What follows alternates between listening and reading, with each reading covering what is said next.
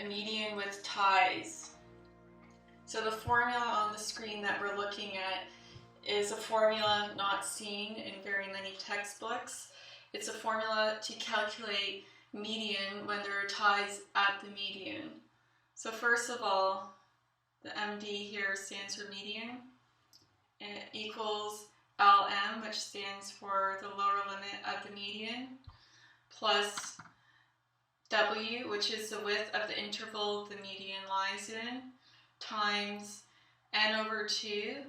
N over 2 is the total number of observations divided by 2, minus the cumulative frequency, QMF, cumulative frequency up to the median, meaning all the bins below the median added up together, divided by FM, and FM equals the frequency of the median.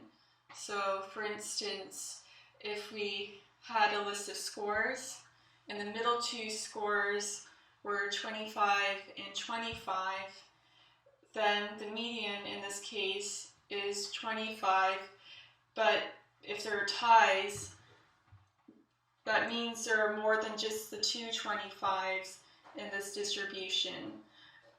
So let's say we have 6 25s, then in this case the frequency of the median, which is 25, will be 6. So now I'm just going to show you a list of data and how to calculate the median from this data. So if you look to the left, I have a column titled data, and I have a collection of scores. In total, I have 30 observations.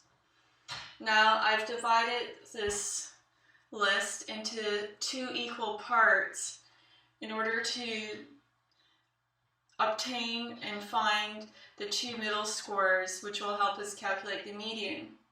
So I've divided into 1 to 15 and 16 to 30. So there are 15 scores on either side.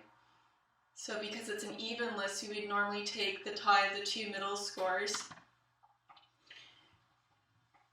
We would normally take the 2 middle scores and divide it by 2. So it would be 42 plus 42 divided by 2. But this is incorrect when you have ties at the median. So because there's another 42 there, the distribution no longer splits properly. So the true median lies somewhere between these 3 42s. And in order to find the true median, which is not 42 in this case, we need to use the formula that I showed you at the beginning of this video. So first of all, I've highlighted the position of the 2 middle numbers, which is at 15 and 16, 42. And it's just important to notice where the median lies so we can calculate, for instance, the cumulative frequency. So first we're going to start with the lower limit.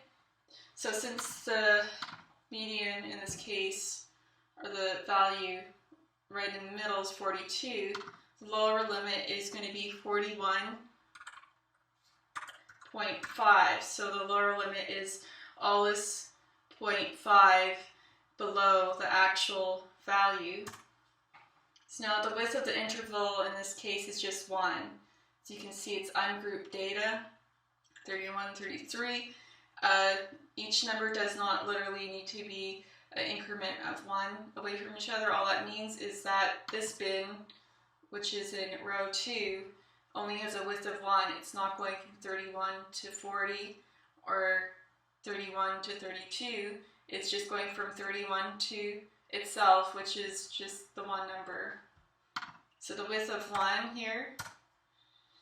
N is the number of observations. So as you can see, 1 to 30. So 30 observations or 30 data points here. So the cumulative frequency is the number of bins up until the middle point of this distribution. So here each bin is just occurring 1 time. So we have a total of 14.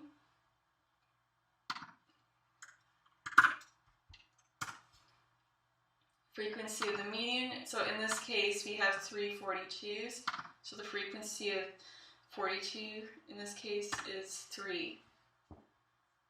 So now to calculate the median, plugging in, we'll first start with the lower limit,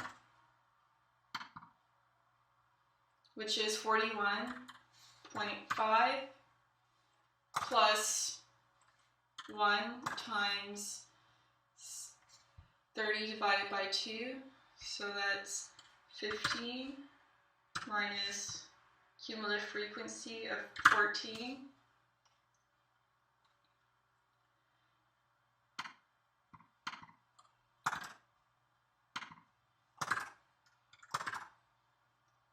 Divided by frequency of the median, which is 3 in this case.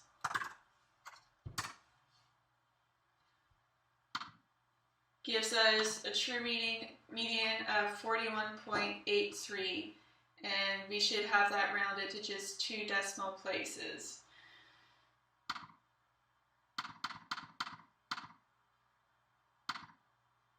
So 41.83 is our true median. Now I'm going to just show you how to also calculate the true median in a statistical software called R.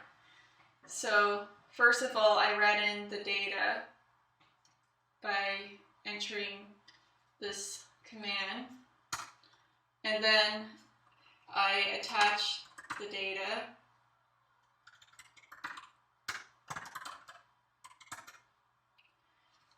And now I have to bring in the package that contains the function to calculate a true median. So in this case, I would have to say library fmsb, so this is package with that function. And now I can calculate the true median of my data, and it comes out to the same value that we got in the Excel of 41.83. So I'm just rounding it to the second decimal place.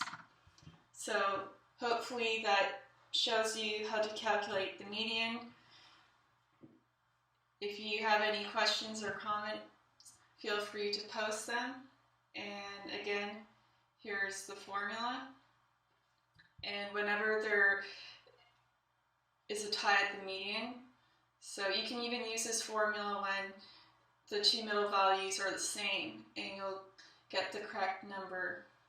So whenever the median has more than one of itself occurring in a list of scores or in a distribution, you should use this formula to get the true median, and not the normal formula where you just take the two middle scores when you have an even group of numbers and divide by 2, or just take the middle value when you have an odd number of numbers.